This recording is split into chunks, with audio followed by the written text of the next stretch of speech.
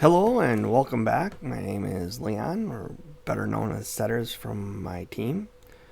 Today we're going to talk a little bit about the progression that we've made so far. As you can see in the portal here on the fusion, fragments, I've got all the points that I can have up to this point.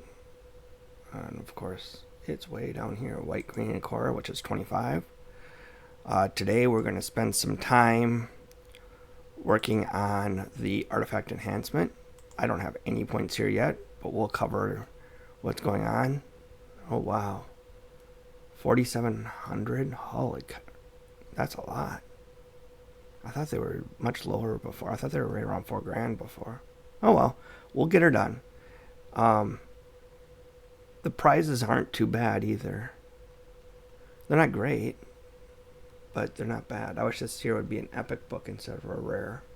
But outside of that, I can live with it. But anyways, I'm going to start this off by telling a quick little story.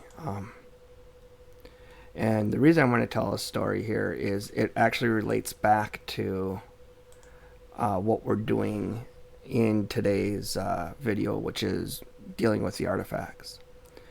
And the main characters in the story are going to be my wife, my daughter, and our dog. He has since passed, so I wish he was still here. He was a great boy. But anyways, here's my daughter. This is about the age that we're talking about. And this is me back then. As you can see, she's a little cutie, and she had daddy wrapped around her little finger. And then we have this is him as a puppy there. That's Jackson. And here's Jackson a little bit older with the antlers on, saying, I don't know if I like these things.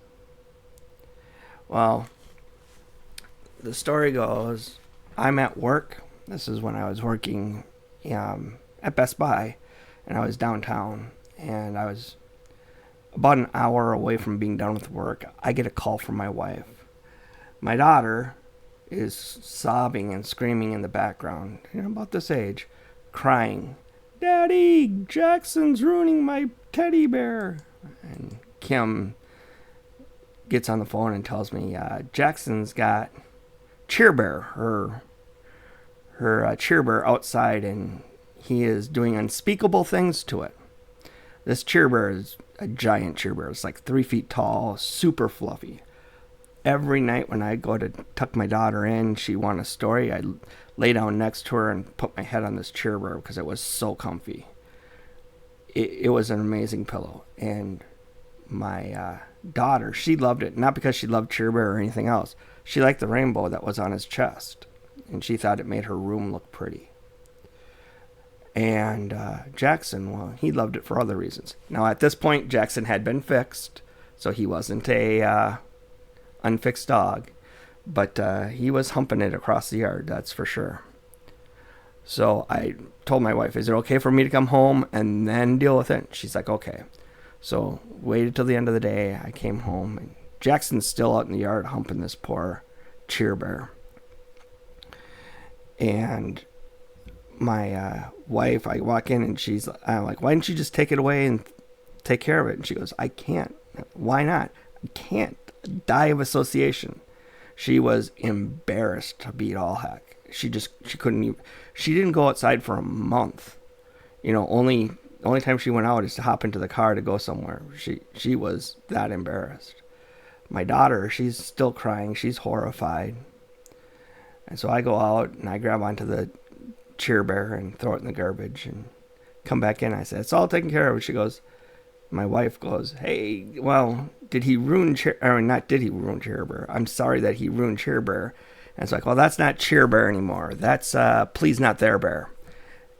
My wife fell on the floor laughing. Back to the whole point of the story, and back to everything that is raid related.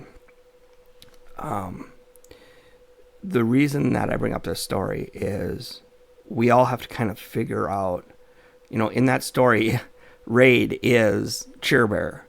And everybody actually in that story had a different purpose for Cheer Bear. For me, Cheer Bear was nothing more than a pillow. I loved having Cheer Bear around to lay down on and to be able to tell my daughter stories.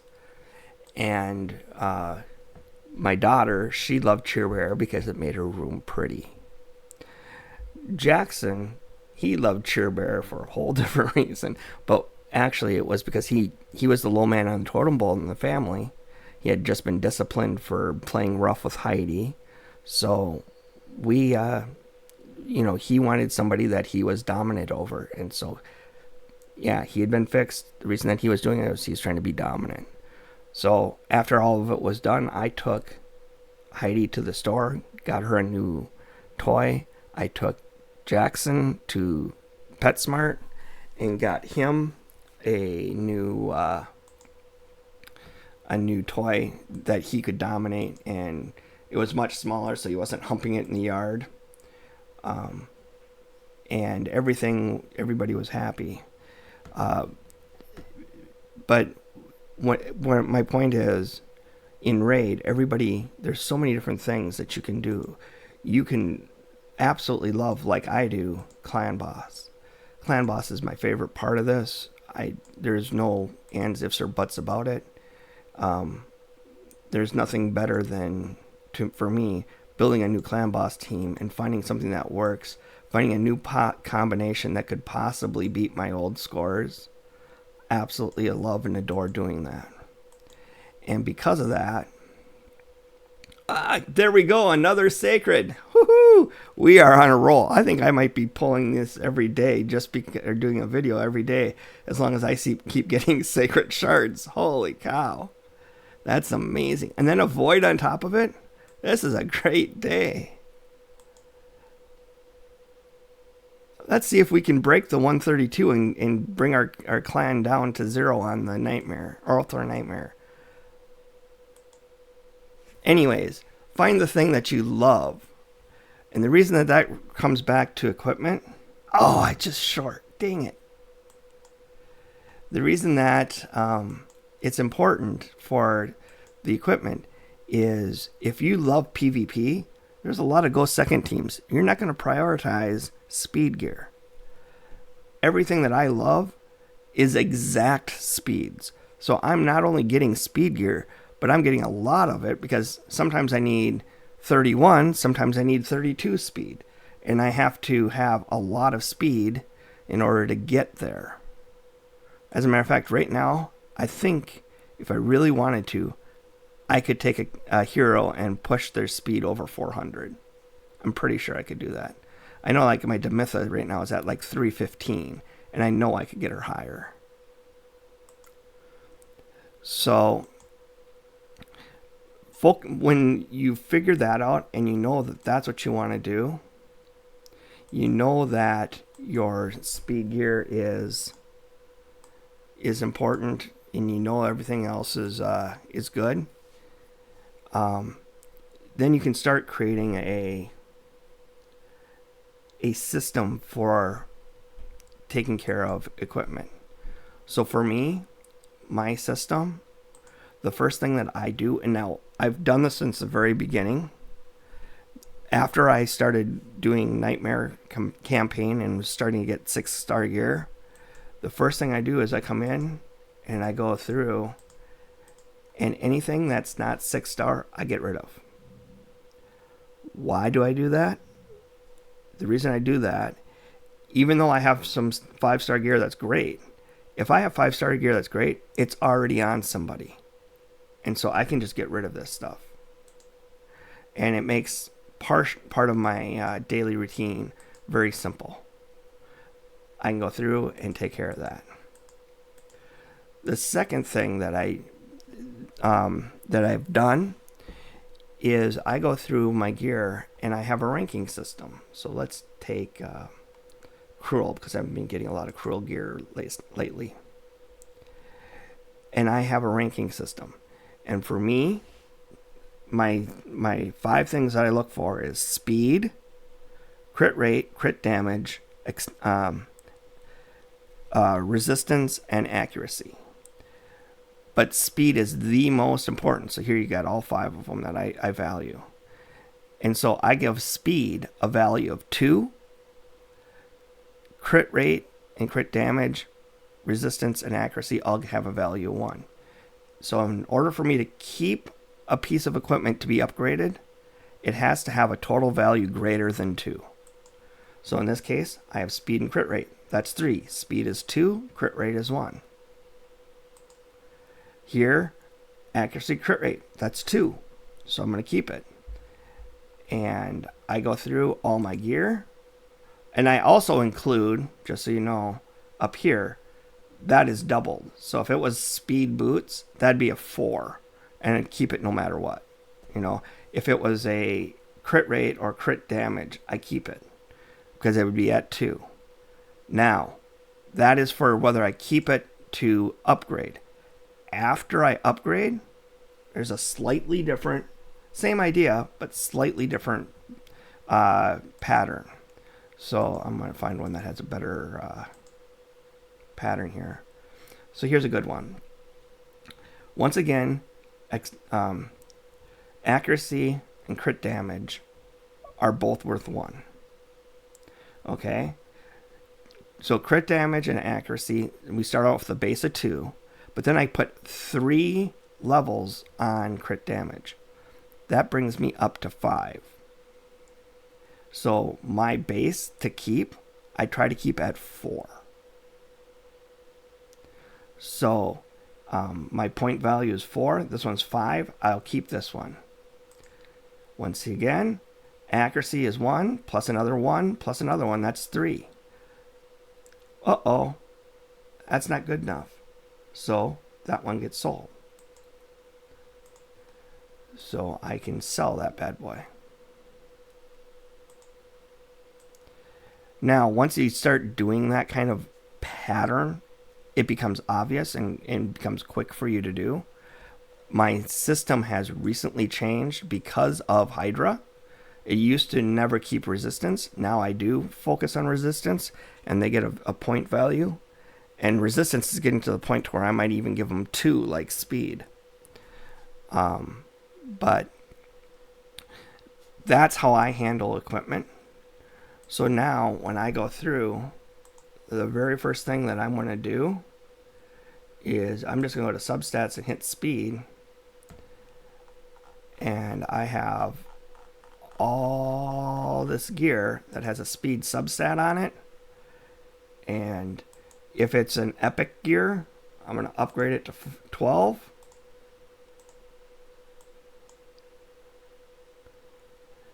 And see what I get. Look at that. I got good gear, so I'm not going to sell that bad boy. And then I go on to my next gear. One of the things that I've personally noticed, I'm going to minimize all this. The best gear here is on the bottom. So I'm just going to start at the bottom and work my way up. Anything that has a +1 on it, I'm going to explain how I got that. So what I did on my gear is I want to get rid of worthless gear. So here's my filter. What I do is these three all have these 3 pieces of gear, the gauntlets, the chest plate, and the boots, all have where they can do primary stats, these guys here. But I want to get rid of flat HP. I want to get rid of flat attack, and I also want to get rid of flat defense. What I've done is I've gone in and I said, hey, if it has any speed, I want to keep it. Otherwise, I'm going to get rid of it. So when we come in here and look, you can see +1, +1. What I did is I just went through and said, oh, this got speed. I'm going to upgrade it just 1 level. Then I get rid of the speed substat.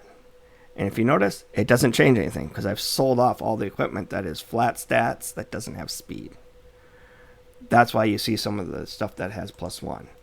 But now that I've got that, I'm going to go down and just start upgrading. And as you can see, I focus on speed. So we're going to, once again, epic. So I'm going to upgrade it to 12. Legendary, I only upgrade it to 12. But rare, I only go up to 8. So here's a case where this is a piece of garbage gear.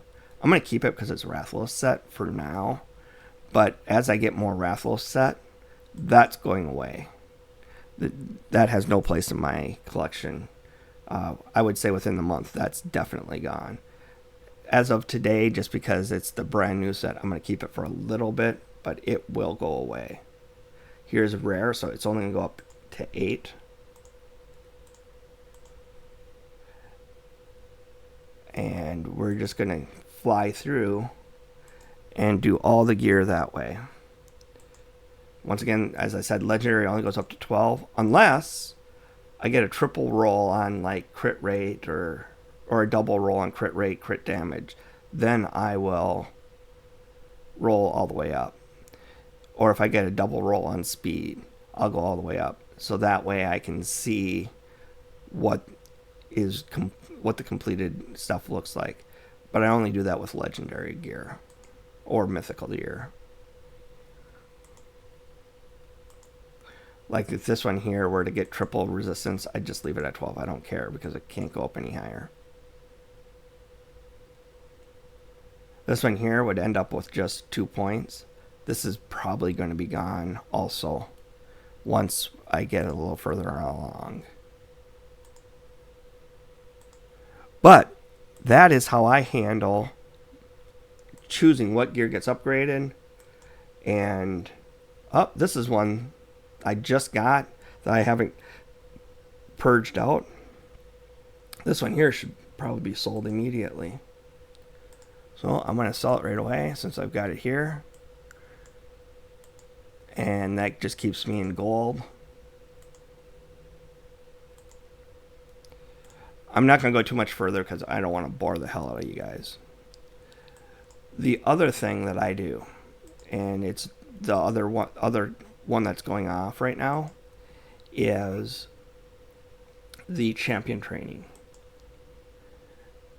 This one here, once again, that's pretty high. Yikes.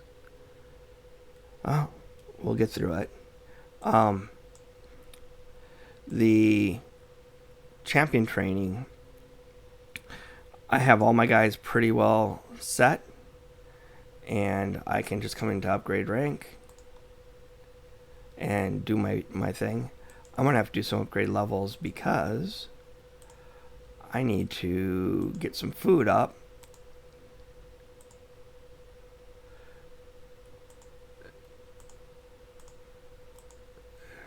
One, two, three. I think I can only do 3 of them because that's all I have.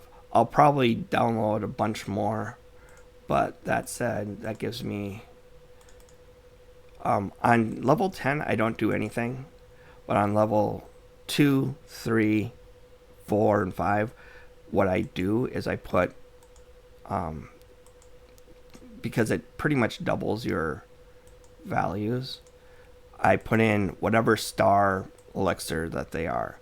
So like on 2, I'm going to come through and I'm going to come through all the 2-star guys, this guy, and I'm going to put 1, 2 elixirs on him because he's 2 stars.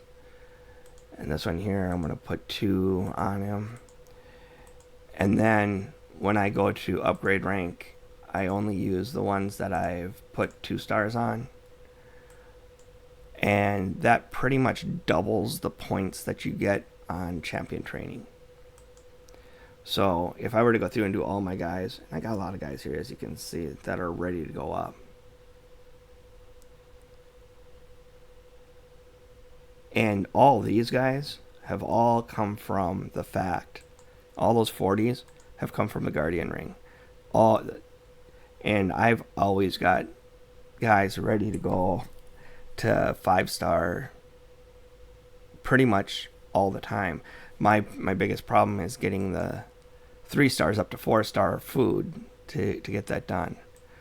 But as we can see in Artifact Enhancement, we've only done a couple minor things and we're already up to 400 or 300 points. So that's good.